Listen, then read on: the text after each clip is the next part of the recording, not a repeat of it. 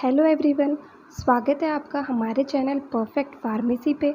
मैं हूं सुनीता कंवर और आज हम एक बीमारी के बारे में डिस्कस करेंगे जिसका नाम है मेनिंजाइटिस। इसके बारे में आज हम अच्छे से जानेंगे।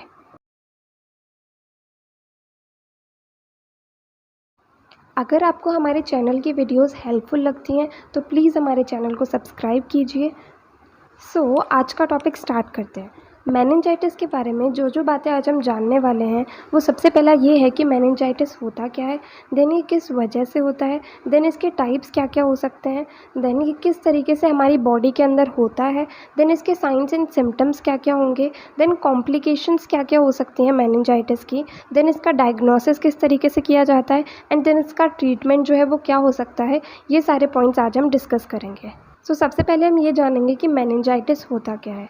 ये एक इन्फेक्शियस डिजीज़ है जो कि किसी भी बैक्टीरिया, वायरस, फंजाई या फिर पैरासाइट के इन्फेक्शन की वजह से होती है। इस बीमारी में क्या होता है कि जो हमारा ब्रेन है और स्पाइनल कॉर्ड है उसकी जो कवरिंग होती है उसे मेनिंजेस कहा जाता है। जब उसके अंदर इन्फ्लामेशन हो जाता है तो उसे मेनिंजाइटिस कहा जाता है। सिंपली हम ये कह सकते हैं कि जो ब्रेन एंड स्पाइनल कॉर्ड की कवरिंग है जिसे मेनिंजेस कहा जाता है, उसके अंदर किसी भी इन्फेक्शन की वजह से इन्फ्लामेशन हो जाता है तो उस बीमारी को मेनिंजाइटिस कहा जाता है। जनरली जो मेनिंजाइटिस वायरस की वजह से होती है वो कम सीरियस होती है एज़ कम्पेयर टू जो मेनिंजाइटिस जो है वो बैक्टीरिया की वजह से होती है। नाउ हम जानेंगे कि अलग अलग टाइप्स क्या क्या हो सकते हैं मेनिंजाइटिस के। तो अगर मेनिंजाइटिस बैक्टीरिया की वजह से होती है तो उसे बैक्टीरियल मेनिंजाइटिस कहा जाता है। अगर वायरस की वजह से होती है तो उसे वायरल मेनिंजाइटिस कहा जाता है।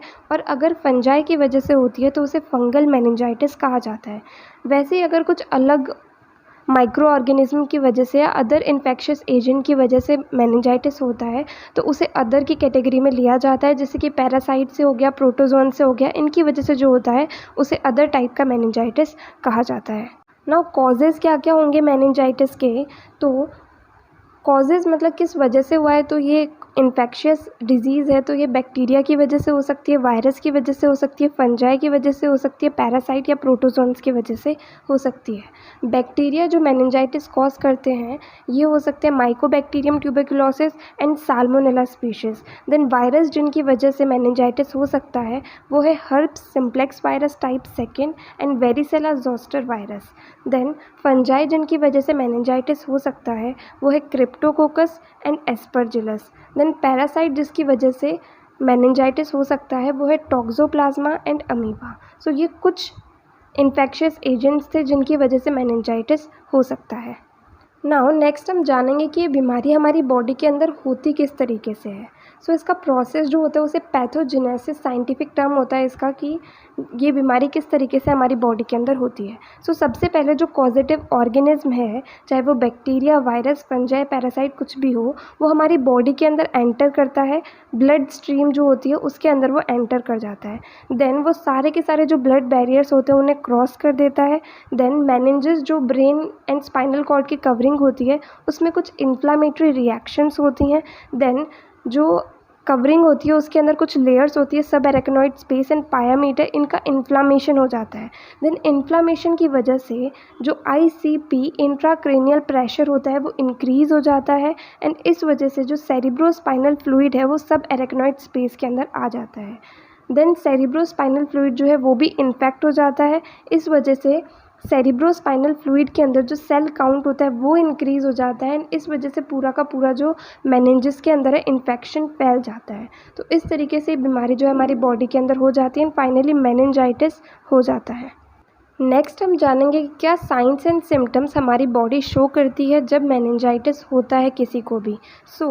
मेनिंजाइटिस के सिम्टम्स जो हैं वो होते हैं कि फ़ीवर हो सकता है बहुत ज़्यादा, नेक गर्दन में बहुत ज़्यादा दर्द हो सकता है, स्लीपीनेस बहुत ज़्यादा नींद आ सकती है, देन वॉमिटिंग हो सकती है, देन जॉइंट्स के अंदर पेन हो सकता है। नेक्स्ट है कि रैशेज़ हो सकते हैं हमारी बॉडी के ऊपर, देन हेडेक हो सकता है, सिर में बहुत ज़्यादा दर्द हो सकता है, देन सीजर्स हो सकते हैं मतलब झटके आने लगते हैं एंड देन लाइट सेंसिटिविटी हो जाती है। इसका मतलब है कि अगर हम लाइट की तरफ देखते हैं तो ज़्यादा टाइम तक उस जगह देख नहीं पाते हैं एंड हम बहुत ज़्यादा सेंसिटिव हो जाते हैं लाइट से। ये जो साइंस एंड सिम्टम्स अभी हमने देखे ये एडल्ट्स के अंदर होते हैं ना। चिल्ड्रन के अंदर क्या साइंस एंड सिम्टम्स देखने को मिलते हैं अगर उन्हें मेनिंजाइटिस होता है तो। सो बच्चों के अंदर जो सिम्टम्स है वो है हाई फीवर, बहुत ज़्यादा बुखार हो सकता है, देन स्लीपीनेस, उन्हें बहुत ज़्यादा नींद आ सकती है, देन वॉमिटिंग हो सकता है, नोज़िया हो सकता है मतलब उल्टी हो सकती है, एंड थोड़ा जी घबरा सकता है, then stiffness in the body and neck, मतलब पूरी की पूरी बॉडी एंड गर्दन जो है वो बहुत ही अकड़ी अकड़ी सी फील हो सकती है, then irritability, constant crying, moaning और ग्रंटिंग। इसका मतलब है कि बच्चा जो है वो बहुत ज़्यादा चिड़चिड़ा हो जाता है, बार बार रोने लग जाता है। नेक्स्ट आता है इनएक्टिविटी, मतलब बच्चा जो है वो कुछ भी ऐसे एक्टिविटी शो नहीं करता है। देन लैक ऑफ एपिटाइट और नो इंटरेस्ट इन फीडिंग, मतलब उनका खाना खाने का जो तरीका है वो बिल्कुल बदल जाता है, उन्हें खाना खाने में कोई इंटरेस्ट नहीं रहता है। नेक्स्ट आता है अ swelling in the soft spot on top of head, इसका मतलब है कि सूजन आ जाती है सर पे। सो ये सब साइंस एंड सिम्टम्स जो हैं ये बच्चों के अंदर देखने के लिए मिलते हैं अगर उन्हें मेनिंजाइटिस होता है तो। नाउ नेक्स्ट हम जानेंगे कि क्या क्या कॉम्प्लिकेशंस हो सकते हैं मेनिंजाइटिस के। तो अगर मेनिंजाइटिस ज़्यादा सीवियर हो जाता है तो उससे लॉस ऑफ हियरिंग, मतलब सुनने की क्षमता जो है वो ख़त्म हो सकती है। इम्पेयर्ड मेमोरी, मतलब कुछ चीज़ें याद रहती हैं, कुछ चीज़ें याद नहीं रहती हैं। देन लर्निंग डिसेबिलिटीज़, मतलब कोई भी नई चीज़ सीखने में बहुत ज़्यादा दिक्कत आने लग जाती है।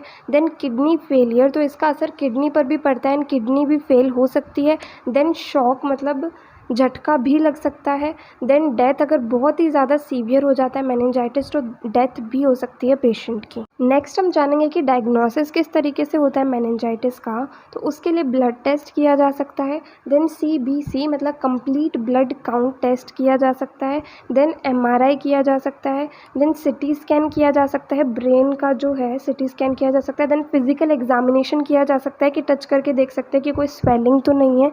तो इस तरीके से जो है डायग्नोसिस होता है मेनिंजाइटिस का। नाउ नेक्स्ट आता है ट्रीटमेंट प्रोसेस क्या रहेगा मेनिंजाइटिस का। तो अगर आपको कोई भी सिम्टम या फिर कुछ भी फील हो तो सबसे पहले आप अपने डॉक्टर को कंसल्ट करें, वही जो ट्रीटमेंट है वो आपको बताएंगे। बट फिर भी जो बेसिक ट्रीटमेंट रहता है, अगर बैक्टीरियल मेनिंजाइटिस है तो एंटीबायोटिक्स दी जाती हैं। अलग अलग टाइप की एंटीबायोटिक्स जो है वो डॉक्टर सजेस्ट कर सकता है। देन अगर वायरल मेनिंजाइटिस है तो एंटी वायरल ड्रग्स दी जाती हैं। देन अगर फंगल मेनिंजाइटिस है तो एंटी फंगल ड्रग्स जो है वो दी जाती हैं। एंड अगर और कोई टाइप का है तो कॉम्बिनेशन दिया जाता है ड्रग्स का ठीक करने के लिए मेनिंजाइटिस को। सो ये थी मेनिंजाइटिस के बारे में कंप्लीट बेसिक जानकारी। अगर आपको ऐसा फील होता है कि आपको कुछ भी साइंस एंड सिम्टम्स इस बीमारी से रिलेटेड है तो आप प्लीज़ अपने डॉक्टर को कंसल्ट करें। अगर आपको ये वीडियो हेल्पफुल लगी हो तो इस वीडियो को लाइक करना, ज़्यादा से ज़्यादा लोगों को शेयर करना और चैनल को सब्सक्राइब करना। थैंक यू इस वीडियो को एंड तक देखने के लिए।